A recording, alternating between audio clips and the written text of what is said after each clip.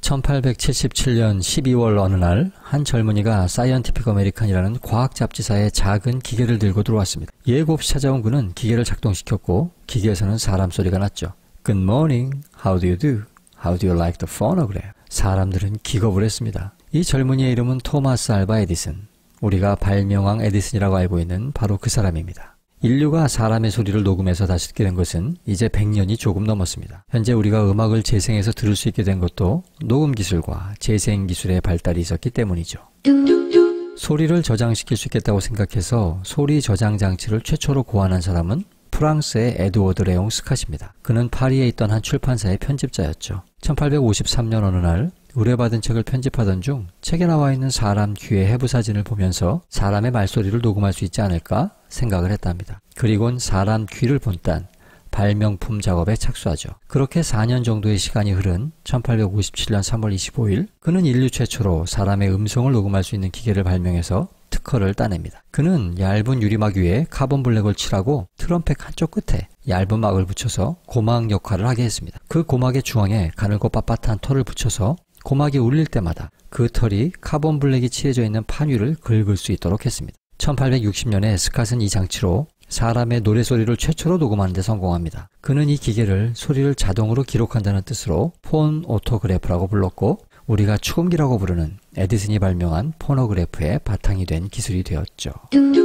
에디슨의 포노그래프는 1910년 영국인 그레이엄 벨의 그래모폰으로 진화했고 이 그래모폰이 표준이 되어 상업적인 보급이 이루어지고 소리 전달 방식이 기계식에서 전자식으로 바뀌며 점차 우리에게 익숙한 턴테이블 형태로 자리 잡게 되었습니다. 소리 저장 장치는 초기에는 원통이었죠. 원통형에 비해 음질이 나빴던 원판형의 음질이 차츰 개선되며 시장의 표준이 되었습니다. 녹음한 원판을 돌려서 원판형 레코드의 회전에 따라 바늘이 원판에 있는 홈을 지날 때 일어나는 진동을 진동판에 전달해서 재생시켰습니다. 이 원반형 플라스틱판이 유통하기에 용이하게 되자 컬럼비아사를 비롯해 여러 레코드사들이 본격적으로 설립되고 가수들을 섭외해 녹음을 하고 음반을 발매해 본격적인 레코드의 상업화가 시작된 겁니다.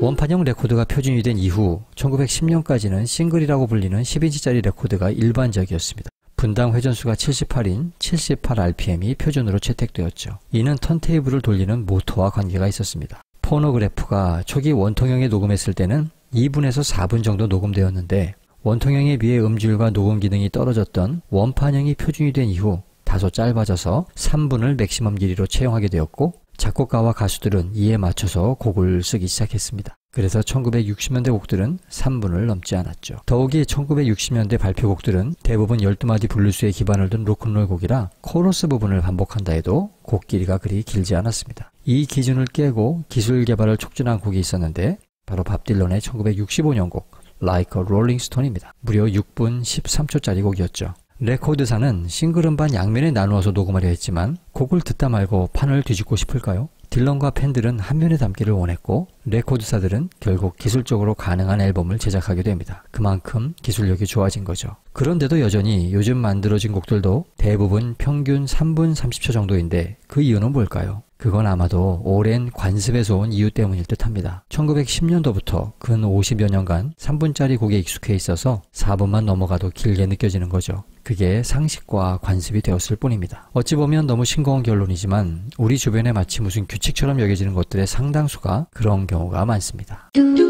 음악이라는 예술 장르는 기술 발전에 민감하게 반응하며 발전해 왔습니다. 전축의 보급, 라디오의 보급, TV의 보급, 이제는 인터넷의 보급에 따라 그 종류, 수명, 생존 방법이 달라졌습니다.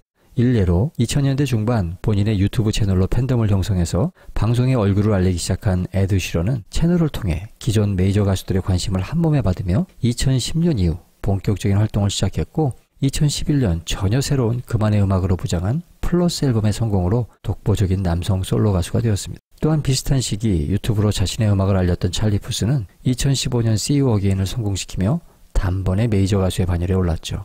라디오나 TV 시대의 가수들에게 적용되었던 성공 방식에서는 상상할 수도 없는 파격적인 시대가 열린 겁니다. 저장과 재생 기술이 일반화되었고 개인 미디어의 발달로 누구나 자신의 음악을 어렵지 않게 알릴 수 있는 시대가 된 거죠.